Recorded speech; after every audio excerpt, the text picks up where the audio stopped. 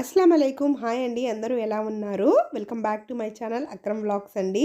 ఇవాళ నేను ముస్లిమ్స్ పెళ్ళిళ్ళలో బిర్యానీలోకి చేసే గోంగూరనైతే చూపించబోతున్నానండి. ఈ గోంగూర అయితే మనం ఎప్పుడు ఇంట్లో చేసుకునే గోంగూరలా ఉండదండి. చాలా డిఫరెంట్‌గా ఉంటుంది. రైస్‌లోకైనా, బిర్యానీలోకైనా చాలా బావుంటుందండి. సో, రెసిపీలోకి అయితే వెళ్ళిపోదామా? ముందుగా నేనైతే ఇక్కడ ఇంగ్రీడియెంట్స్ అయితే చూపిస్తున్నానండి. ముందుగా 2 మీడియం సైజ్ ఆనియన్స్‌ని అయితే ఈ విధంగా సన్నగా తరిగేసి పెట్టేసుకోండి. నెక్స్ట్ కొంచెం కొత్తిమీరని కూడా ఈ విధంగా సన్నగా తరుగుకోండి. ఈ గోంగూరలోకి మనం టమాటాలు ఎక్కువ వేస్తేనే బాగుంటుందండి. సో నేనైతే ఇక్కడ 3 మీడియం సైజ్ టమాటాలని ఈ విధంగా పెద్ద ముక్కలుగా కోసేసుకున్నాను. అలాగే 4 పచ్చిమిర్చిని కూడా తీసేసుకున్నానండి. నెక్స్ట్ స్టవ్ మీద కుక్కర్ పెట్టేసుకొని ఒక 2 టేబుల్ స్పూన్ ఆయిల్ అయితే వేసేసుకుందాము. ఆయిల్ మంచిగా వేడైన తర్వాత 2 లవంగా, ఒక ఇలైచీ అయితే వేసేసుకుంటున్నానండి. లవంగా, యాలుక్కాయల్ని మంచిగా ఫ్రై చేసుకున్న తర్వాత ఇప్పుడు సన్నగా తరిగి పెట్టుకున్న ఉల్లిపాయల్ని కూడా వేసేసుకొని బ్రౌన్ కలర్ వచ్చేంత వరకు వేయించేసుకుందామండి. ఈ స్టైల్లో మనం గోంగూర చేసేటప్పుడు ఉల్లిపాయల్ని సన్నగా తరిగేసుకుంటే చాలా బాగుంటుందండి టేస్ట్ అయితే. సో ఇప్పుడు ఈ ఉల్లిపాయల్ని మంచిగా వేయించేసుకుందాము కొంచెం గోల్డెన్ కలర్ వచ్చేంత వరకు. తర్వాత 4 పచ్చిమిర్చిని తీసుకున్నాను కదండి, వాటిని కూడా వేసేసి ఉల్లిపాయలతో పాటు వేయించేసుకుందాము.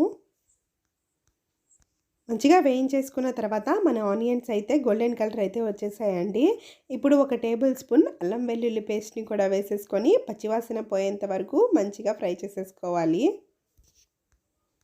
ఒక నిమిషం పాటు అల్లం వెల్లుల్లి పేస్ట్ని మంచిగా వేయించేసుకున్న తర్వాత కొంచెం కొత్తిమీర వేసుకుందామండి. ఇప్పుడు ఇలా మనం మసాలాలో కొత్తిమీర వేయడం వల్ల ఫ్లేవర్ అయితే చాలా బాగా పడుతుంది. నెక్స్ట్ అయితే తరిగి పెట్టుకున్న టమాటాలు ఉన్నాయి కదండి, వాటిని కూడా వేసేసుకొని కొంచెం మగ్గించేసుకుందాము. ఈ గోంగూరలకి టమాటాలు కొంచెం ఎక్కువగా వేస్తేనే బాగుంటుందండి. అందుకే నేనైతే 3 మీడియం సైజ్ టమాటాలని వేసేసుకున్నాను. టమాటాలు ఇష్టం లేని వాళ్ళు 1 కానీ 2 కానీ వేసుకోండి, కానీ ఎక్కువ వేస్తేనే టేస్ట్ అండి. ఇప్పుడు మనం టమాటాలు మగ్గడానికి కొంచెం సాల్ట్ అయితే వేసేసుకుందాము. నేనైతే ఇక్కడ 1 టేబుల్ స్పూన్ సాల్ట్ని అయితే వేసుకుంటున్నాను. మీరు మీ టేస్ట్కి తగ్గట్టు సాల్ట్ వేసుకోండి. తర్వాత ఒక పావు టేబుల్ స్పూన్ పసుపుని కూడా వేసేసుకున్నానండి. ఇలా సాల్ట్, పసుపు వేయడం వల్ల టమాటాలు అయితే మనకి త్వరగా మగ్గిపోతాయి. ఇప్పుడు మనం టమాటాలు మగ్గడానికి కుక్కర్ పైన మూత పెట్టేసుకుందామండి, త్వరగా మగ్గిపోతాయి. నేనైతే ఇప్పుడు మూత పెట్టేస్తున్నాను ఈ విధంగా. ఇలా మూత పెట్టేసుకున్న తర్వాత 2 మినిట్స్కి మంచిగా టమాటాలు అయితే మగ్గిపోయాయండి. చూస్తున్నారు కదా, ఆయిల్ కూడా పైకి వచ్చేసింది.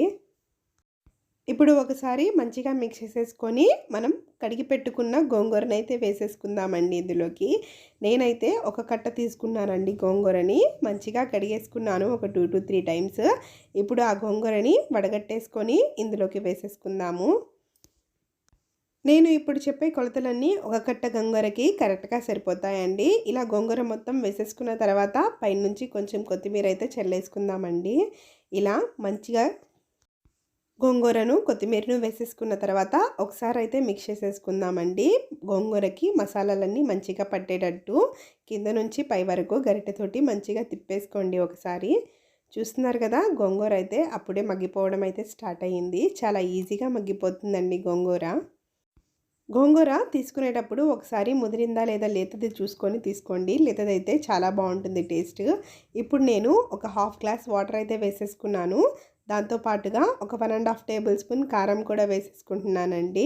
వాటర్ అనేది మనకి ఎక్కువ పట్టవండి గోంగూరకి, చూసి వేసుకోండి. చాయ్ గ్లాస్ వేసుకున్నా సరిపోతుంది. సో వాటర్ వేసేసుకున్నాక ఒకసారి మంచిగా తిప్పేసుకుందామండి, కారం మసాలాలన్నీ మంచిగా పట్టేటట్టు. ఇప్పుడు మూత పెట్టేసుకొని 3 విజిల్స్ వస్తే సరిపోతుందండి. మనం తీసుకున్నది లేత గోంగూరే కాబట్టి 3 విజిల్స్ అయితే కరెక్ట్గా సరిపోతుంది. ముదురు గోంగూర అయితే ఎక్కువగా విజిల్స్ వేయాల్సి వస్తుందండి. లేత గోంగూరకైతే 2 to 3 అయితే సరిపోతుంది. సో నాకైతే విజిల్స్ వచ్చేసాయి. ఇప్పుడైతే మూత తెరిచి చూద్దాము మనం.